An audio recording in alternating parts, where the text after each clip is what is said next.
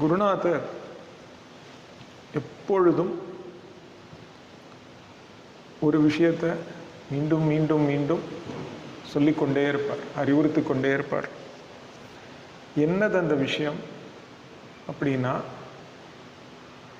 உலகத்திலே யார் பாக்கியசாலிகள் அப்படின்னா, உலகத்தில் ஒரு பெரிய பணம் படைத்தவரோ, ஒரு பெரிய பதவியில் இருக்கிறவரோ, இல்லைன்னா ஒரு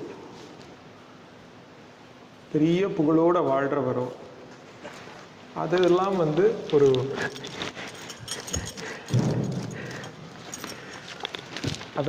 ஒரு பாக்கியம் இல்லை.